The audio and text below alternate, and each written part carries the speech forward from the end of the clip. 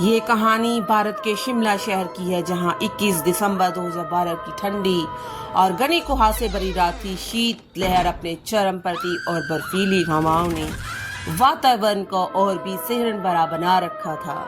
इस ठंड भरी रात में रूट नंबर 217 की एक बस रोज की तरह अपने गंतव्य स्थान के लिए रवाना हुई। बस के अंदर यात्री ठंड से कांपते हुए अपनी अपनी सीटों पर बैठे थे।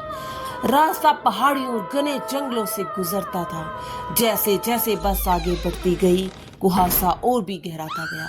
कुछ स्टॉप पर बस रुकती और यात्री उतरते गए। धीरे धीरे बस लगभग खाली हो गई।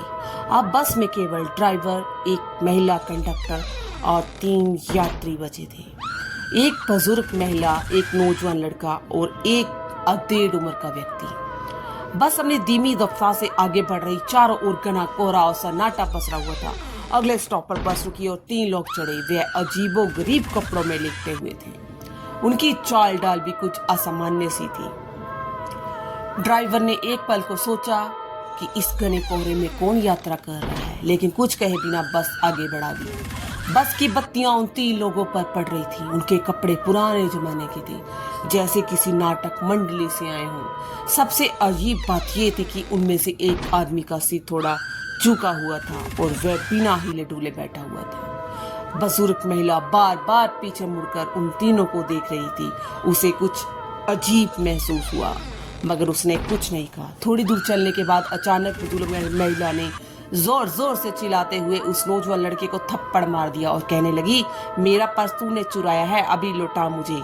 लड़का घबरा गया और उसने सफाई दी कि उसने कुछ नहीं किया। महिला कंडक्टर ने भी महिला को समझाया कि नहीं, छोड़ो बात, पर वह अपनी बात पर अड़ी रही और ड्राइवर को बस रोकने के लिए मजबूर कर दिया। अगले स्टॉप पर बस रुकी और वह महिला और लड़का उतर गए। बस फिर से अपने सफर पर निकल पड़ी। जैसे ही बस ओझल हुई, इस बुजुर्ग महिला ने लंबी सांस ली और लड़के से कहा, तुम्हें पता है मैंने ऐसा क्यों किया? लड़के ने हैरानी से कहा, नहीं आंटी, क्यों किया आपने ऐसा? महिला ने गंभीर आवाज में कहा, वे लोग इंसान नहीं थे, उनके पैर जमीन पर नहीं थे। मुझे शक हो गया था कुछ तो गड़बड़ है, इसलिए मैंने ये नाटक किया ताकि हम दोनों बच सकें। ये सुनकर लड़के के रोंगटे खड़े हो गए। अगले दिन सुबह खबर आई कि रूट नंबर 217 की वह बस शिमला के पास एक गहरी खाई में गिरी हुई मिली है। बस में केवल 2 शव बरामद हुए, ड्राइवर और महिला कंडक्टर के। मगर हैरानी की बात ये थी कि बस की सीटें खून से सनी हुई थी और बाकी यात्रियों का कोई अता पता नहीं था।